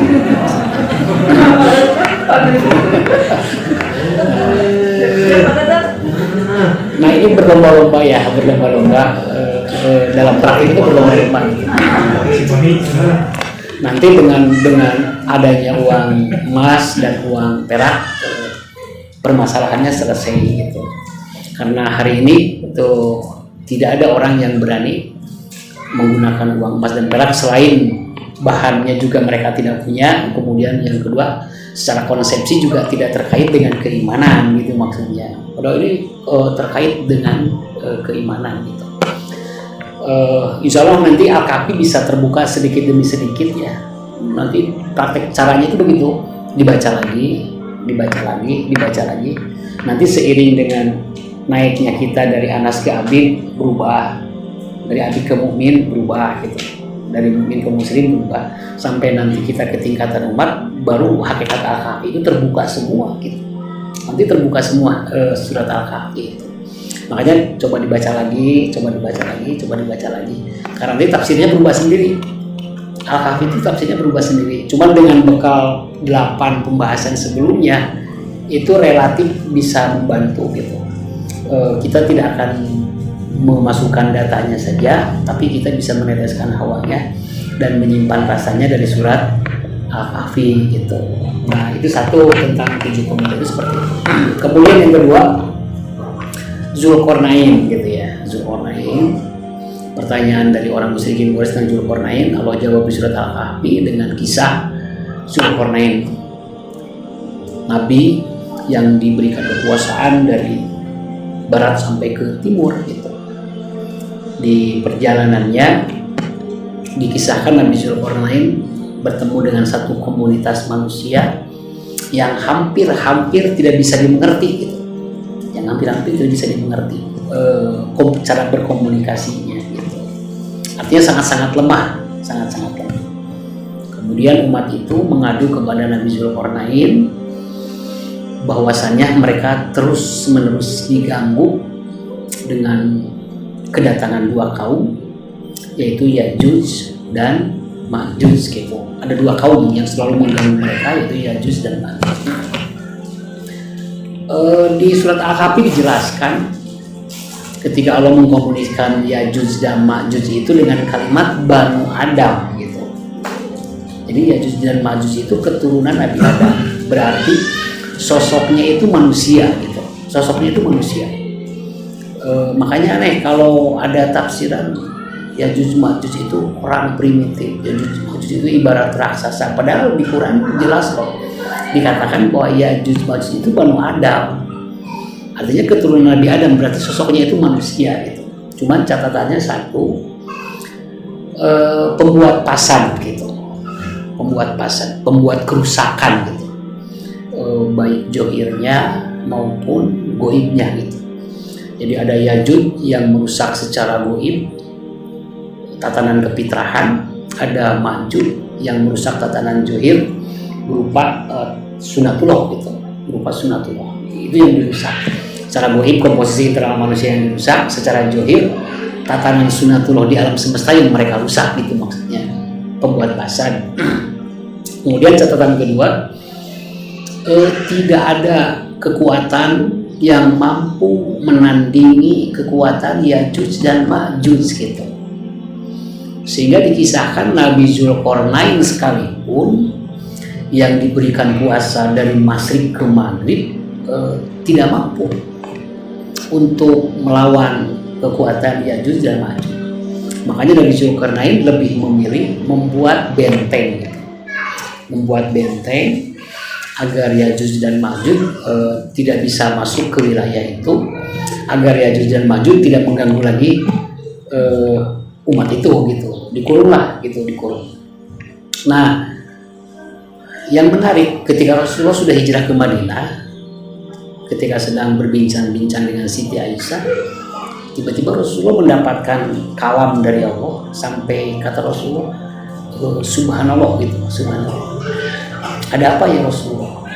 Benteng Yajuj Majuj sudah berlubang sebesar ini, kata Rasulullah. Nah, 1500 tahun yang lalu benteng Zulkarnain itu sudah berlubang sebesar ini, kata Rasulullah. Itu 1500 tahun yang lalu. Nanti di akhir zaman, kata Rasulullah, benteng itu akan jebol dan Yajuj Majuj akan masuk ke seluruh negeri yang ada di permukaan bumi. Kata Rasulullah begitu. Satu itu catatan dari Rasulullah. Kemudian yang kedua, nanti di akhir zaman Yajuj dan Majuj bakal bentrok gitu. Yang asalnya itu masing-masing, ini merusak goib, ini merusak johir gitu. Tiba-tiba nanti di akhir zaman Yajuj Majuj itu akan mengalami satu fenomena di mana kekuatannya beradu gitu, kekuatan Yajuj itu beradu. Dan yang kita tidak menyangka gitu ya, tempat yang dijadikan tempat beradunya tuh di sini gitu, di negara kita gitu maksudnya. Sehingga dua kekuatan itu tidak bisa dihindari gitu ya. Sejelas apapun kita tahu konspirasi mereka, tetap kita tidak bisa menolak kehadiran mereka gitu maksudnya. Seperti kehadiran materialis kapitalis kan dibawa oleh Barat ya, itu lebih dulu masuk. POC kepentingannya ekonomi, cuman karena melihat kekayaan Nusantara akhirnya dikawal oleh tentara sampai akhirnya jadi menjajah gitu. Sebetulnya kepentingan pertamanya itu bisnis gitu ya, rempah-rempah Kan POC itu institusi ekonomi ya, jual beli perdagangan gitu maksudnya. Cuman karena Nusantara sedemikian kaya, akhirnya menggunakan kekuatan senjata gitu. Nah dari situ mulai masuk paham materialis kapitalis gitu. Kalau orang-orang Nusantara dari dulu ajarannya itu ke dalam, bukan keluar gitu. Jadi ukuran hebat itu bukan di luar, di dalam. Siapa yang bisa nyelam paling ke dasar, dia yang paling hebat gitu. Dia bisa menghilang, dia bisa terbang gitu maksudnya. Nah sementara yang diusung oleh negara barat itu keluar gitu ya, keluar gitu. Makanya semenjak ada listrik yang ditemukan oleh Thomas Alva Edison gitu ya, orang mulai jadi penakut gitu ya. Dulunya pemberani semua karena terbiasa dengan gelap. Nah semenjak ada lampu, orang mulai jadi penakut. Semenjak ada mesin uap yang ditemukan oleh James Watt gitu ya, orang jadi pemalas gitu ya. Semenjak ada kendaraan bermotor, orang jadi malas jalan kaki. Ada mobil semakin malas, ada kapal semakin malas lagi gitu maksudnya. Jadi produk-produk yang dibawa oleh barat itu semuanya menghancurkan mentalitas manusia gitu. Menghancurkan mentalitas manusia. Semakin dipermudah, semakin maju, semakin dipermudah, semakin maju, semakin dipermudah, mentalnya semakin turun, sehingga puncak dari degradasi mental itu kiamat gitu. Tapi semua manusia dunia harus bilang ini kemajuan gitu. Tidak ada yang berani bersuara ini kemunduran gitu. Nggak ada, padahal apapun produk yang mereka masukkan ke sini itu semuanya membuat mentalitas manusia menjadi menurun gitu, menjadi menurun. Seluruh produk-produk yang mereka hasilkan gitu.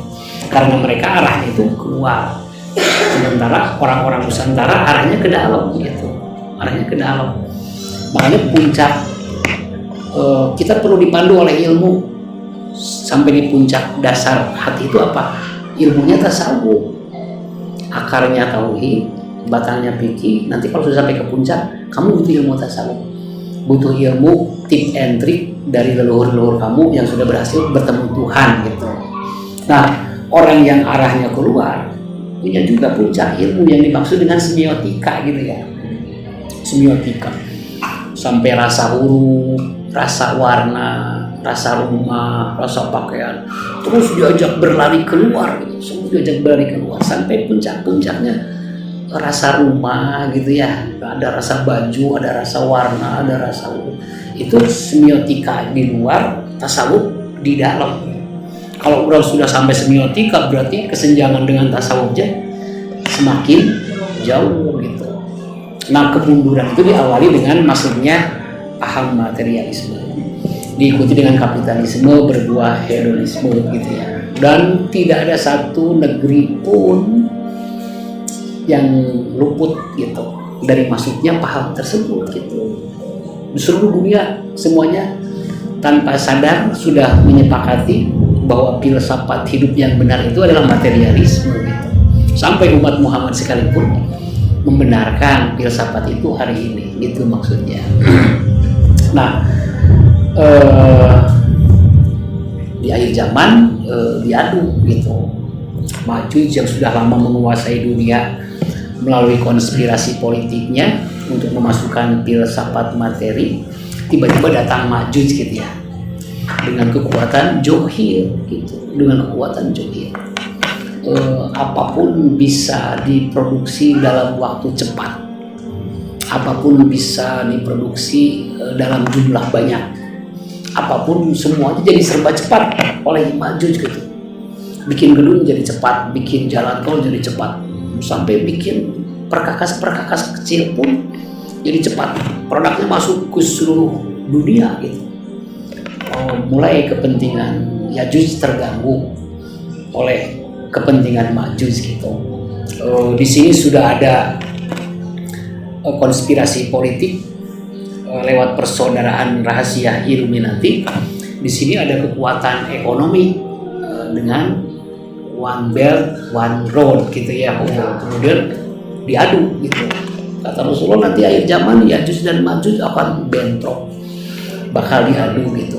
Kemudian nanti akhir zaman Ya'juj dan Ma'juj akan dikalahkan oleh kekuasaan Allah dengan cara semuanya akan terbunuh dengan wabah gitu, dengan wabah gitu. Ini Ya'juj Ma'juj memproduksi wabah, nanti dia juga akan mati oleh wabah kata Rasulullah. Sampai diceritakan di hadis, salah satu hadis Rasulullah, sampai Nabi Isa itu turun gunung, kemudian bertanya, apakah Ya'juj Ma'juj masih ada? Ketika data yang diperoleh dari masyarakat, Ya'juj Ma'juj masih ada. Nabi Isa balik lagi, dan Nabi Isa akan betul-betul turun membantu perjuangan Imam Mahdi ketika Ya'juj Ma'juj sudah dihabisi oleh Allah dengan kekuatan wabah gitu. Nah, nggak tahu nih apakah konspirasi corona itu akan berefek ke sana atau tidak, walau alam bisawab. Cuman kata Rasulullah, nanti Ya'juj dan Ma'juj akan dihabisi dengan wabah yang dikirimkan oleh Allah gitu. Walau alam tinggal disaksikan saja gitu. Yang jelas ini sudah waktunya sudah mendekati ke kiamat sugro gitu ya, ke kiamat sugro. Karena kiamat sugro itu diantaranya adalah bencana, huru hara, dan terakhirnya wabah gitu. Jadi kiamat sugro itu akan dibuka dengan bencana. Gunung sudah mulai meletus, tapi belum masuk ke tandara kiamat sugro. Kiamat sugro itu akan ada satu bencana di negara kita yang sangat besar efeknya gitu. Karena negara kita memang negara yang dipersiapkan oleh Allah untuk tegaknya Islam akhir zaman gitu ya, nanti namanya Islam akhir zaman. Akan ada bencana besar, wallahu alam bisawab. Cuman kalau kajian-kajian dari BMKG kayaknya ini akan diawali dengan megatrust. Nah, nanti dengan megatrust efek yang paling besarnya kemana, itu jadi ciri kiamat sugro gitu, kiamat sugro. Setelah bencana bakal disusul dengan huru hara. Setelah huru hara nanti akan ditutup dengan wabah gitu. Itu kiamat sugro gitu maksudnya. Nah, itu selintas tentang Ya'juj Ma'juj gitu. Seperti itu. Kemudian pertanyaan ketiga dari orang Quraisy itu pertanyaan tentang ruh gitu. Pertama, pertanyaan tentang 7 pemuda Al-Kahfi diterangkan oleh Allah di surat Al-Kahfi tentang kisah 7 pemuda. Pertanyaan tentang Zulkarnain Allah terangkan juga dengan kisah Zulkarnain yang bertemu dengan Ya'juj Ma'juj. Nah, yang terakhir bertanya tentang ruh. Allah tidak menjawab, tapi dikisahkanlah di situ Nabi Musa yang bertemu dengan Nabiullah Khidir gitu. Kisahnya seperti itu. Berawal dengan Nabi Musa setelah bertemu dengan sifat kalamnya Allah di Bukit Tur Sina. Nabi Musa merasa, sayalah Nabi yang paling tinggi ilmunya gitu. Musa merasa gitu. Karena dengan asbab dia pernah bertemu dengan sifat kalam Allah di Bukit Tur Sina, sementara seluruh nabi yang lain melalui perantaraan malaikat Jibril. Musa merasa sayalah nabi yang paling tinggi ilmunya, sehingga ditegur oleh Allah gitu. Ditegur oleh Allah dengan kalimat, ilmu kamu itu tidak seberapa. Coba kamu cari orang yang oleh Allah diberikan ilmu yang jauh lebih tinggi dari kamu gitu. Coba kamu cari gitu. Ya, akhirnya Nabi Musa dengan pembantunya, di situ tidak diterangkan Nabi Harun ya. Yang jelas Nabi Musa dengan pembantunya pergi mencari sosok orang yang kata Allah diberikan ilmu yang jauh lebih tinggi. Jadi bukan lebih tinggi, jauh lebih tinggi itu dari Nabi Musa. Kata Allah bertemu di pertemuan 2 samudra. Nah, itu pertemuan 2 samudra itu. Kalau orang yang secara hakikat sudah bisa menemukan esensi dari agama, nanti orang akan menemukan bahwa agama Allah itu cuma satu sebetulnya gitu. Cuma satu gitu agama Allah. Akhirnya bertemu. Kalau populer umat mengatakan Nabiullah Khidir gitu. Padahal Khidir itu bukan nama. Khidir itu bukan nama. Khidir itu artinya hijau. Jadi Mr. Green. gitu, Mr. Green, atau bisa juga diartikan bertemu di satu tempat yang sangat hijau gitu, Nusantara gitu ya, oh, yang sangat hijau gitu maksudnya.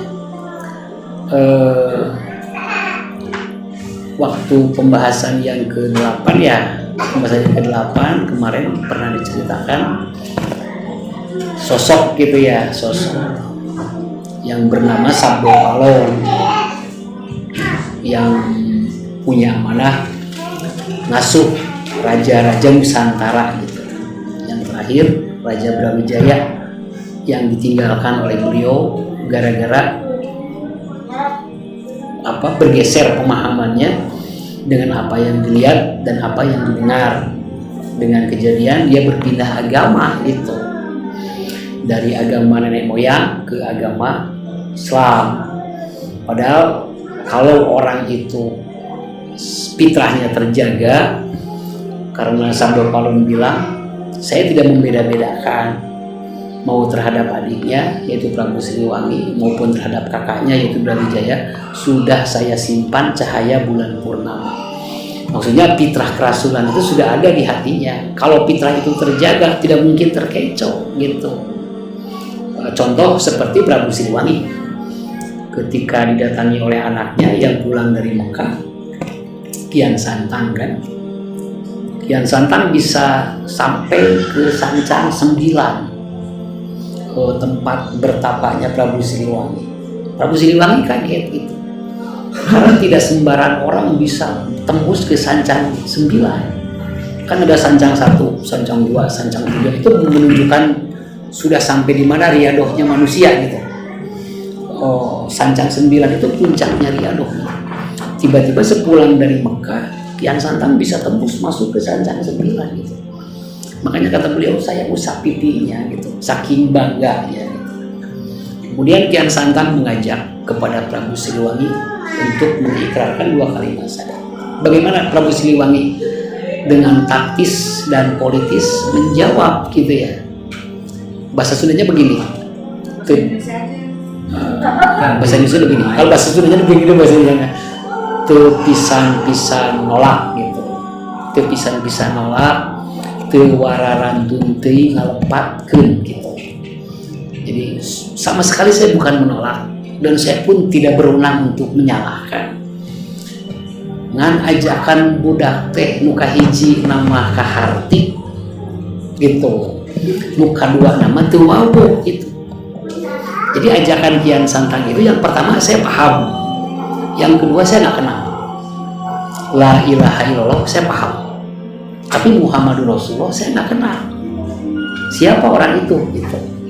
Siapa orang itu gitu maksudnya? Saya nggak kenal. Kemudian secara diplomatis dia bilang, "Eyang kata lian ku ajaran karuhun. Saya terikat dengan ajaran leluhur. Tong sakali-kali narima ajaran di luar, nu teu kaharti ku uteup nu waras gitu. Jangan sekali-kali menerima ajaran di luar yang tidak logis gitu. Dia harus taat kepada sosok orang yang dia tidak kenal gitu maksudnya. Tapi itu sebetulnya diplomatis dan politis gitu. Makanya siapa anaknya itu Kian Santang diberi sebagian dari wilayah kerajaan Pajajaran yang akhirnya terkenal dengan istilah kerajaan Galuh gitu. Itu asalnya kerajaan Pajajaran diberikan kepada Kian Santang karena prestasi beliau sepulang dari Mekah bisa tembus ke Sancang 9 gitu. Nah, selamat, Prabu Siliwangi selamat gitu. Maksudnya dia tidak menolak dan dia pun tidak menyalahkan gitu. Karena secara hakikat dia paham bahwa agama Allah itu cuma satu. Agama Allah itu cuma satu. Makanya dalam salah satu kesempatan bersilaturahmi, beliau pernah bilang begini, doakeun ya gitu. Doain saya, doain ya, karena yang juga ingin hidup sempurna kata beliau. Nanti suatu saat kalau waktunya luang, coba kita obrolin ajaran leluhur saya dengan ajaran yang Opik bawa gitu. Nanti coba kita samain gitu. Dan terakhir permintaan beliau cuma satu, saya ingin ikrar syahadat gitu. setelah saya tahu apa itu Muhammad Rasulullah. Beliau tahu tentang Nur Muhammad. Kalau orang Sunda bilang itu cahaya bulan purnama. Kalau ajaran Islam bilang itu Nur Muhammad gitu. Kalau ajaran Sunda bilang itu cahaya bulan purnama. Bulan purnama itu tidak punya cahaya. Dia cuma memantulkan cahaya matahari. Itu. Nah, ini Nur Muhammad. Ketika orang sudah sampai ke titik Nur Muhammad, dia seperti purnama. Dia bisa terang benderang tanpa dia punya cahaya gitu. Karena dia hanya memantulkan cahaya dari matahari gitu. Jadi cahaya ketuhanan itu bisa dia pantulkan lagi untuk menerangi alam semesta gitu. Nah, beda jauh dengan Brawijaya gitu ya. Dia berpindah agama sehingga umat menyimpulkan gitu ya. Umat menyimpulkan seolah-olah ajaran leluhur ini salah gitu. Padahal kata Sabdo Palon, agama Muhammad dibutuhkan untuk menyirami tanah Jawa yang sudah lama kering. Bukan disuruh pindah, disuruh menerima gitu. Menerima ajaran Muhammad, apa syaratnya? Ikrar 2 kalimat syahadat, tanda menerima ajaran Muhammad. Bukan berpindah ke ajaran Muhammad, tapi menerima ajaran Muhammad. Makanya kalau kita cermati ajaran yang dibawa Nabi Isa untuk Bani Israel, ajaran untuk yang dibawa oleh Nabi-Nabi Sunda untuk orang-orang Sunda, ajaran yang dibawa oleh Nabi-Nabi Konghucu untuk orang Cina, ajaran yang dibawa oleh Nabi-Nabi Hindu untuk orang India. Tapi kalau ajaran yang diterima oleh Muhammad itu untuk rahmatan lil alamin, seluruh dunia harus menerima gitu. Nah, kalau orang sudah sampai kepada hakikat beragama, orang sudah memahami fitrah dari agama, siapapun itu pasti bakal menerima terhadap ajaran yang terakhir gitu. Karena ini dibutuhkan oleh seluruh manusia di dunia. Cuman karena orang sudah terlanjur salah memahami agama, ya akhirnya jadi konflik gitu. Akhirnya jadi konflik. Nah, ketemulah Nabi Musa dengan Nabi Khidir, dengan Mr. Green. Kalau kan nyebutnya Nabi Khidir di tempat yang hijau. Kalau orang Sunda bilangnya itu Aki Semar gitu. Kalau orang Jawa bilang itu Sabdo Palon. Sosoknya yang itu juga gitu. Jadi Nabi Musa ketemu dengan Sabdo Palon, Nabi Musa ketemu dengan Aki Semar, Nabi Musa ketemu dengan Nabi Khidir. Kan namanya banyak gitu. Kan Rasulullah juga namanya banyak gitu. Nah, itu pun sama, Nabi Khidir, Aki Semar, Sabdo Palon, Ismaya dan lain-lain. Pokoknya banyak nama, sosoknya yang itu. Kadang ada, kadang menghilang. Kadang johir, kadang goib. Kenapa? Karena beliau turunan Nabi Nuh. Ada Said Anwar dan Said Anwas gitu. Nah, kemudian dalam kisahnya mengerucut kepada 3 sosok di Nusantara gitu ya. Mengerucut ke 3 sosok di Nusantara. Pertama ada Teja Malela. Kedua ada Manik Maya. Ketiga ada Ismaya gitu.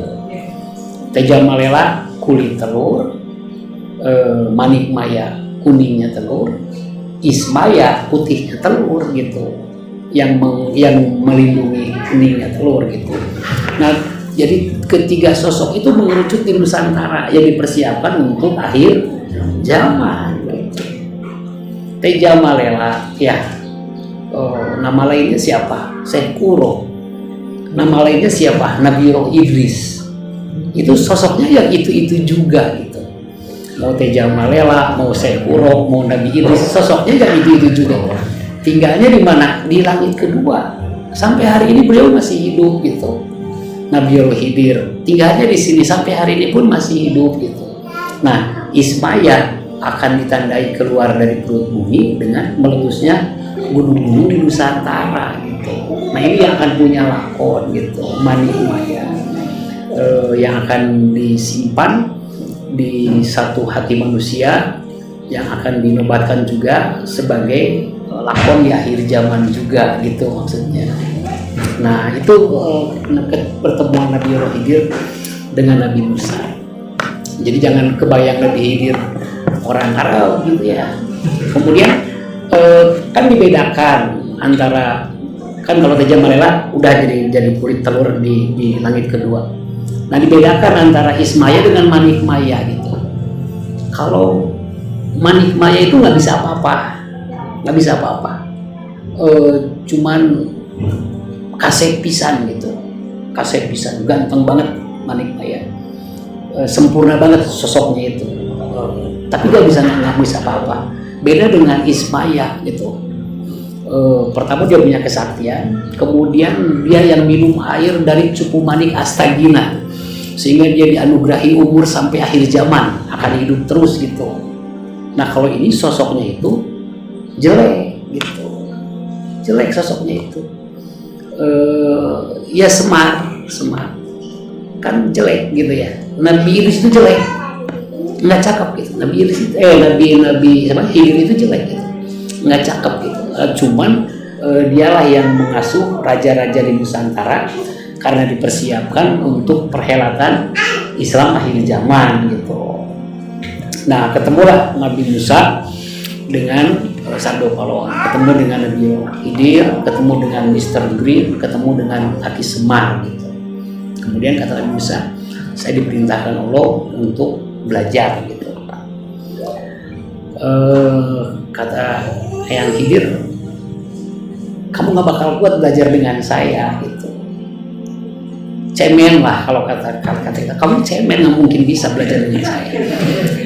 Kalau bahasa kita cemen ya.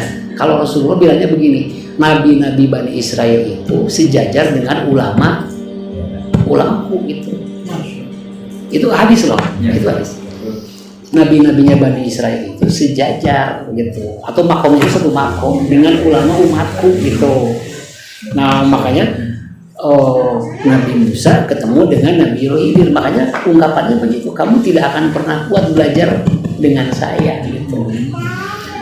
Cuman Nabi Musa minta kesempatan, ya boleh kamu belajar dengan saya, dengan satu syarat, kamu tidak boleh bertanya, kamu tidak boleh komen tentang apapun yang akan saya lakukan. Akhirnya berjalan Nabi Musa dengan pembantunya belajar kepada Nabi Khidir. Pengalaman pertama, minjem perahu nelayan. Setelah selesai dibocorin. Nabi Musa bertanya gitu, kenapa dibocorin gitu? Udah baik-baik orang ngasih pinjam, bukannya dimanain, ini malah dibocorin. Nah, ini kata Nabi itu, ini kamu nggak bakal kuat belajar dengan saya. Oh iya, maaf, saya minta kesempatan. Jika kesempatan, insya Allah saya tidak akan pernah bertanya, tidak akan pernah komen. Udah jalan lagi, tiba-tiba ketemu dengan anak kecil, ya, ketemu dengan anak kecil, tiba-tiba sama Nabi Khidir dibunuh kan. Berteriak lantang kan Nabi Musa, dari ajaran kitab manapun gitu, ini orang belum ada catatan dosanya gitu, kenapa dibunuh gitu? Yang dibolehkan dibunuh itu hanya orang kafir. Ini anak yang masih bersih, kenapa harus dibunuh? Sudah aku katakan, kamu tidak akan belajar dengan aku kan gitu. Baru sadar lagi kan Nabi Musanya, oh ya, satu kali lagi aja gitu, satu kali kesempatan lagi. Kalau saya melanggar lagi, udah, berarti saya tidak bisa belajar. Nah, jadi Nabi Musa nggak kuat belajar sama orang Sunda gitu ya, nggak kuat belajar sama orang Jawa gitu maksudnya, karena orang Sunda dan orang Jawa itu high class gitu maksudnya. Jadi nggak bisa jauh gitu. Nabi Musa Bani Israel dibandingkan dengan orang Jawa dan orang Sunda tetap nggak selevel gitu. Itu dan nabinya loh, bukan orang biasanya, nabinya aja nggak kuat gitu belajar di sini. Jalan lagi sampai di satu perkampungan kafir, sampai minta minum, minta makan pun tidak ada yang ngasih. Perkampungan kafir aja, jahat lah, nggak minta air nggak ada yang ngasih, minta makan nggak ada yang ngasih. Tiba-tiba Nabi Khidir melihat ada bangunan yang sudah ambruk ya, sudah ambruk. Tiba-tiba dengan kesaktiannya kun payakun, tiba-tiba tegak lagi menjadi bangunan yang kokoh. Sampai Nabi Musa bilang minta bayaran gitu. Kan kalau tukang berapa, laden berapa gitu ya, sehari berapa, belum makan, belum rokok gitu. Tiba-tiba dia dengan satu kalimat bisa membuat bangunan itu kokoh lagi. yang menunjukkan Bani Israel ya, menunjukkan Bani Israel, minta bayaran gitu. Itu kan menunjukkan Bani Israel maksudnya. Kata Nabi Khidir, ya udah berarti sampai di sini saja. Kamu tinggal buat bakal belajar dengan saya. Sebelum berpisah mau saya terangkan dulu, kata Nabi Khidir, sebelum berpisah mau saya terangkan dulu. Pertama, kenapa perahu itu saya bocorin? Karena kalau perahu itu balik lagi ke lautan, di lautan itu sedang dikuasai oleh gerombolan perompak gitu. Siapapun perahu yang lewat itu pasti dirampas dengan cara dibocorin gitu ya, dengan cara dibocorin. Jadi selamat akhirnya. Ya udah, kalau nambal perahunya mah gampang gitu ya. Yang penting selamat aja, nggak diambil sama gerombolan perompak. Oh, ini negara terkaya di dunia gitu ya. Tidak ada negara di dunia yang sekaya negara Nusantara. Mau hutannya, mau lautnya, mau mineralnya, mau tidak ada negara yang sekaya negara Nusantara gitu. Kenapa sampai kejadiannya seperti ayam mati ditumpukan padi gitu ya? Sabar saja dulu gitu, sabar saja dulu. Karena kalau dikeluarkan sekarang habis tuh gitu. Selama masih ada IMF, selama masih ada World Bank, nggak aman kita punya uang gitu ya. Nanti aja tunggu saatnya. Ketika IMF, World Bank nanti kacau balau, nanti kita jalan lagi pakai perahu ini gitu ya. Kemudian yang kedua, kenapa anak kecil dibunuh? Nanti suatu saat gitu ya, akan ada satu masa, kata Rasulullah, ketika manusia itu pagi-paginya beriman, kemudian siang sudah jadi kafir. Kata Rasulullah gitu. Nanti di akhir zaman itu akan ada satu masa di mana orang itu pagi-paginya mukmin, tiba-tiba masuk waktu siang dia sudah kafir. Dari kecil sudah diperkenalkan dengan YouTube. Dari kecil sudah bermain di dunia maya. Sampai usia relatif masih kecil sudah terasing di dunia nyata gitu ya. Sampai terasing di dunia nyata. Sehingga proses pengkafiran itu sangat-sangat mudah gitu, sangat-sangat mudah. Masuk usia balik nanti kafir gitu ya. Karena sekarang ada film BF yang sengaja diupload oleh anak SMP itu ada ya. Anak SMP-nya pakai jilbab masih kelas 1 SMP, dia bikin sendiri video porno, dia upload sendiri. Makanya kata Nabi Khidir, masuk usia balik nanti dia kafir. Daripada orang tuanya celaka gara-gara kekafiran anaknya, lebih baik saya bunuh saja. Terpaksa anak kita jadi tidak normal gitu. Kalau mau soleh itu terpaksa anak kita jadi tidak normal ya. Diputus dari instrumen-instrumen yang membuat anak kita akan mudah dikafirkan dengan munculnya Dajjal gitu ya. Karena itu Dajjal masuk ke kamar-kamar, Dajjal masuk ke dapur, dimanapun Dajjal diikuti. Ya sekarang sudah mulai gitu,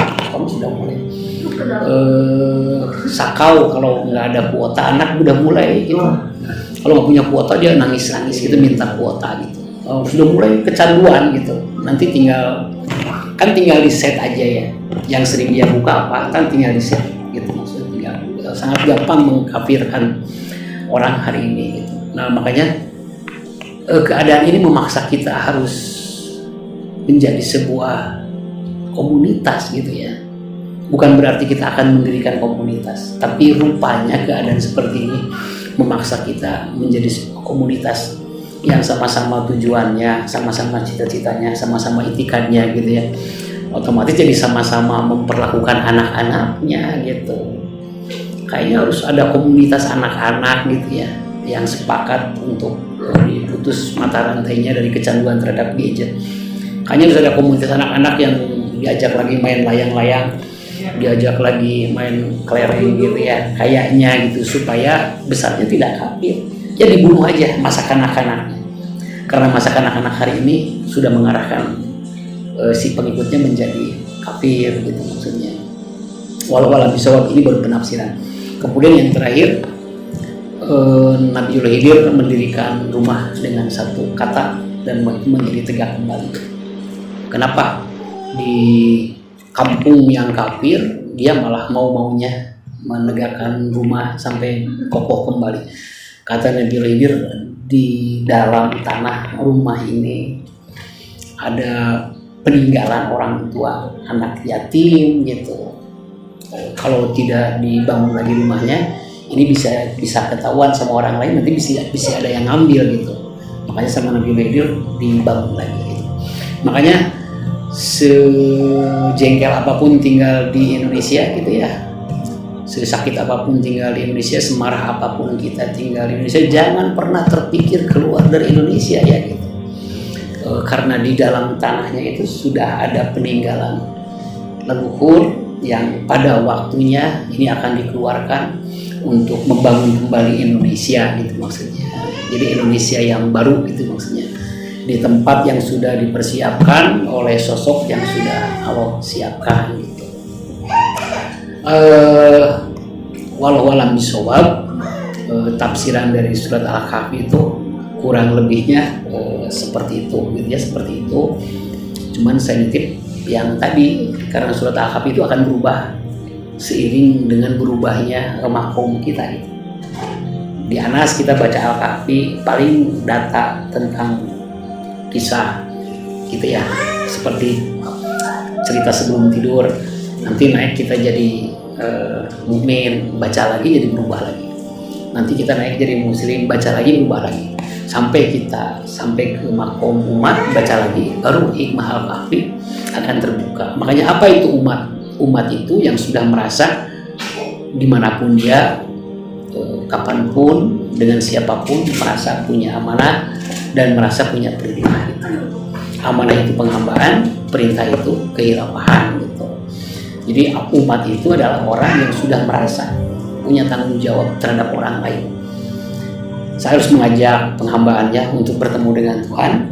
Saya harus mengajak kehilafahannya untuk menegakkan kuasa Allah di muka bumi gitu. Nah itu umat namanya.